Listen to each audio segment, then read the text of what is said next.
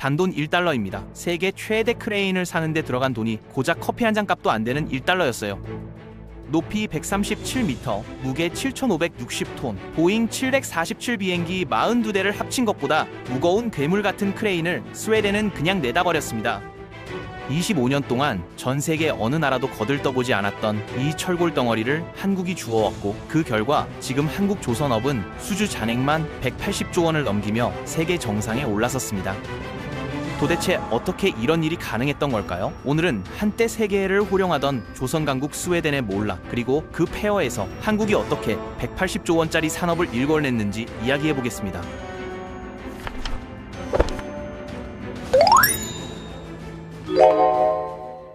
(1950년대부터) 1970년대 중반까지 스웨덴은 조선업의 절대 강자였어요.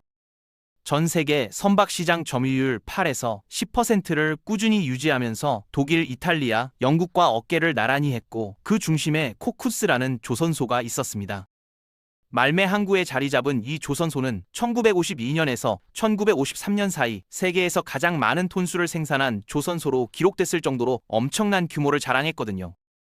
20만 톤급 대형 탱커부터 35만 톤급 초대형 유조선까지 바다 위를 떠다니는 거대한 철덩어리들이 전부 이곳에서 쏟아져 나왔습니다.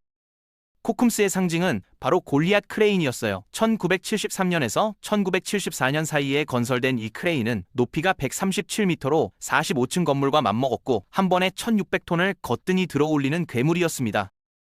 상판 위로는 버스 4대가 나란히 지나갈 수 있었고, 다리 사이 공간은 축구장 1.5배 크기였거든요. 무게만 7,560톤, 승용차 5,000대를 한꺼번에 올려놓은 것과 같았습니다. 세계 최대 크레인이라는 타이틀은 스웨덴 조선업의 자존심 그 자체였어요. 그런데 1973년 오일 쇼크가 터지면서 모든 게 무너지기 시작했습니다. 전 세계 조선 발주가 뚝 끊겼고, 동아시아에서 저가 공세를 펼치기 시작했거든요.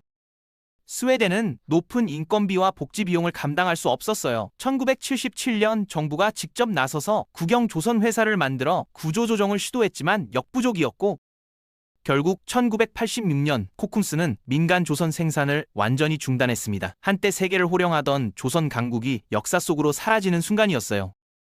문제는 골리앗 크레인이었습니다. 조선소는 문을 닫았는데 7,560톤짜리 철골 구조물은 그대로 서 있었거든요. 쓸모는 없는데 철거하려면 수백억 원이 들어가니까 어느 쪽도 선택할 수가 없었어요. 1990년대 초 덴마크의 버마이스터 앤 바인이라는 회사가 인수를 검토했지만 이 회사마저 파산해버리면서 거래는 무산됐습니다. 이후에도 독일, 이탈리아, 일본, 미국 조선소들이 잠깐씩 관심을 보였지만 전부 고개를 저었어요. 해체하는 데만 수백억 원, 운송하는 데 또 수백억 원, 재설치하는 데 또 수백억 원이 드는데 대체 누가 이 골칫덩어리를 사겠느냐는 거였죠. 25년 동안 말매 항구에 방치된 골리앗 크레인은 스웨덴 조선업 몰락의 상징이 됐습니다. 현지 시민들 사이에서는 너무 크고 비싸서 아무도 못 사는 철골 기둥이라는 비아냥이 돌았고, 말매시 정부는 철거와 재활용 계획만 반복하다가 결론을 내리지 못했어요. 1997년에 잠깐 오레순드 대교 공사에 투입된 것 외에는 완전히 잊힌 존재였습니다. 그런데 2002년 전혀 예상치 못한 곳에서 손을 든 회사가 나타났어요. 한국의 현대중공업이었습니다. 당시 현대중공업은 울산 조선소에서 초대형 유조선과 LPG선을 연속으로 수주하며 승승장구하고 있었지만 한 가지 심각한 한계가 있었거든요. 배를 만들려면 드라이독이라고 부르는 바닷물을 빼낸 거대한 웅덩이에서 작업해야 하는데, 이 방식으로는 생산 속도를 더 끌어올리기가 어려웠습니다. 배 한 척을 만들 때마다 웅덩이 하나가 완전히 묶여버리니까 공정에 병목이 생기는 거였어요. 골리앗 크레인은 이 문제를 단번에 해결할 수 있는 열쇠였습니다. 1,500톤급 블록을 한 번에 들어올려서 땅 위에서 바로 조립하고, 완성된 선박을 통째로 바다에 띄우는 방식을 쓰면 생산성이 폭발적으로 늘어날 수 있었거든요. 웅덩이에 묶이지 않고 여러 척을 동시에 만들 수 있다는 뜻이었어요. 문제는 비용이었습니다. 크레인 본체는 1달러에 살 수 있었지만 해체하고 운송하고 재설치하는데 220억 원이 필요했어요. 당연히 내부 반발이 있었습니다. 일부 임원들은 200억 원대 비용을 들여서 오래된 고철 설비를 사는 게 과연 맞느냐며 반대했어요. 기존 드라이독 체계에서 과도한 투자라는 목소리도 나왔고, 해체와 운송 과정에서 리스크가 너무 크다는 우려도 있었습니다. 하지만 조선과 설비 담당 책임자들은 물러서지 않았어요. 10년 안에 투자비를 회수할 수 있다는 계산을 만들어 경영진을 설득했고, 이 크레인 없이는 진짜 조선 강국이 될 수 없다는 논리가 결국 받아들여졌습니다. 전 세계에서 유일하게 손을 든 건 한국의 현대중공업뿐이었어요. 사실 한국도 불과 30년 전만 해도 조선 기술이라곤 아무것도 없던 나라였습니다. 일본에서 기술을 빌려오고 유럽에서 설계도를 사오면서 뼈를 깎는 노력으로 여기까지 온 거였거든요. 남들이 포기한 사업에서 기회를 찾아내는 게 한국의 DNA였어요. 스웨덴은 1달러의 계약서에 사인했습니다. 스웨덴 언론들은 이 소식을 전하며 말무의 눈물이라는 뉴스를 내보냈어요. 1달러라는 표면가가 문제가 아니었습니다. 한때 세계 최강이었던 스웨덴 조선업의 상징이 타국으로 넘어간다는 사실, 그게 진짜 눈물이었거든요. 크레인이 해체되어 배에 실리던 날, 말매 항구에는 수백 명의 시민들이 모여들었습니다. 어떤 사람들은 장송곡을 틀었고, 어떤 사람들은 말없이 바라보다가 돌아섰어요. 우리 부모님 세대가 자랑하던 이 산업이 끝나는 걸 직접 눈으로 봐야 하다니, 그런 인터뷰가 현지 뉴스에 나왔습니다. 처음에 스웨덴 언론은 한국을 비웃었어요. 저 고철 덩어리로 뭘 하겠다고, 운송하다 바다에 빠뜨리면 어쩌려고. 하지만 몇 년 뒤 한국이 그 크레인으로 세계 1위 조선소를 만들었다는 소식이 전해지자 스웨덴 언론의 논조는 완전히 달라졌습니다. 우리가 포기한 사업을 한국은 금광으로 바꿨다, 그런 기사가 나오기 시작했어요. 2002년 여름, 말매에서 해체 작업이 시작됐어요. 137m 높이의 철골 구조물을 분해하는 건 말 그대로 목숨을 건 작업이었습니다. 메인 상단 빔을 내리는 데만 서준 6시간 연속 작업이 필요했고, 풍속이 초속 12m를 넘으면 즉시 중단해야 했거든요.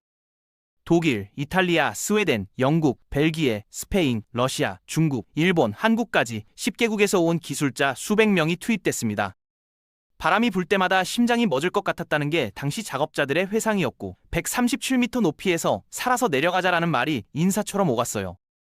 문화와 언어가 다른 10개국 기술자들이 한 현장에서 일하다 보니 갈등도 있었습니다. 한국 측은 24시간 돌파하자고 밀어붙였고, 유럽 측은 안전과 휴식을 우선해야 한다고 맞섰거든요.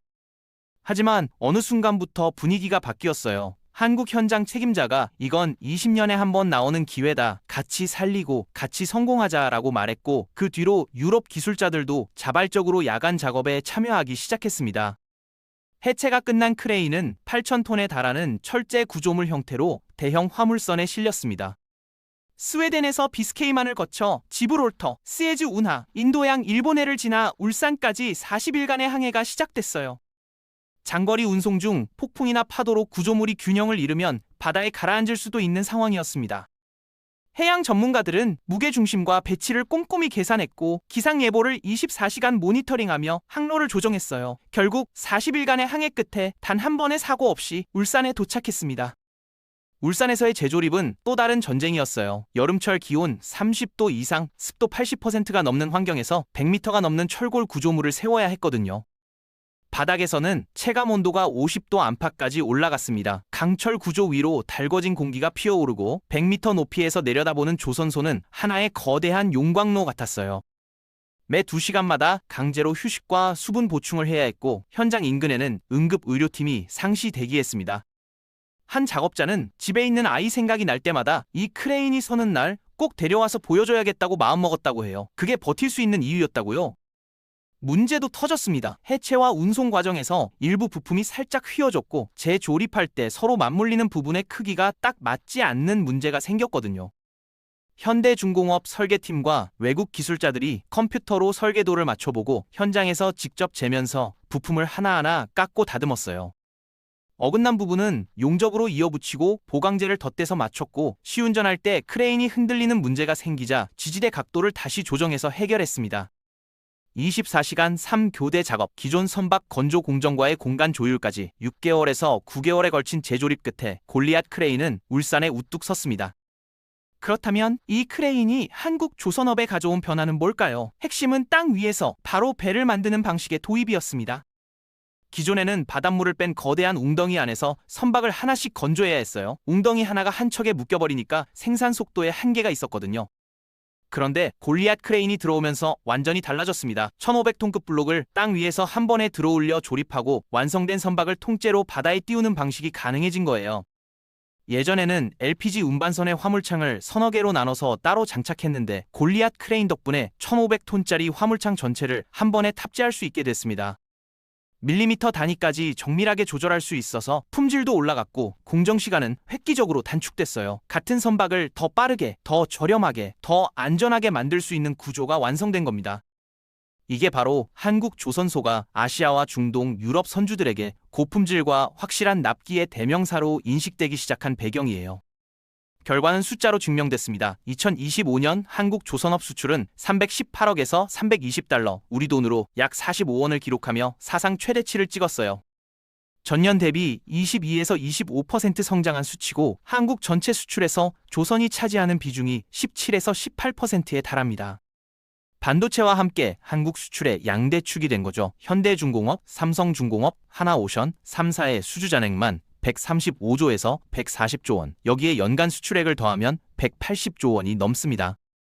더 놀라운 건 수출 구조의 변화예요. 2025년 한국 조선 수출의 38%가 LNG선이고 33%가 대형 컨테이너선입니다. 합치면 70% 이상이 고기술 고가 선박이에요. 암모니아 추진선, 메탄올 연료선, 수소 연료 공급선 같은 친환경 선박까지 포함하면 한국은 단순히 배를 많이 만드는 나라가 아니라 가장 어려운 배를 가장 잘 만드는 나라가 됐습니다. 중국이 물량에서는 앞서지만 고부가 가치 선박에서 한국을 따라잡지 못하는 이유가 바로 여기에 있어요. 1달러짜리 크레인이 180조 원 산업의 씨앗이 됐습니다. 스웨덴이 버린 철골 덩어리가 한국 조선업의 심장이 된 거예요. 25년간 아무도 거들떠보지 않았던 고철을 한국만 주워왔고 220억 원을 투자해서 생산혁명을 일으켰습니다. 말매에서 울산까지 수만 킬로미터를 건너온 골리앗 크레인은 지금도 현대중공업 조선소에서 매일 1600톤짜리 블록을 들어올리고 있어요. 스웨덴 언론이 말매의 눈물이라고 썼을 때 그건 단순히 크레인 하나를 잃은 슬픔이 아니었습니다. 한때 세계를 호령하던 조선 강국의 시대가 끝났다는 선언이었어요. 그리고 그 눈물 위에서 한국은 새로운 역사를 썼습니다. 1달러로 시작한 투자가 180조 원짜리 산업이 되고 세계 조선 수출의 18%를 차지하는 거대한 제국이 됐거든요. 누군가에게는 버려진 고철이었지만 한국에게는 미래를 바꿀 기회였습니다. 말매의 눈물은 그렇게 울산의 함성이 됐습니다.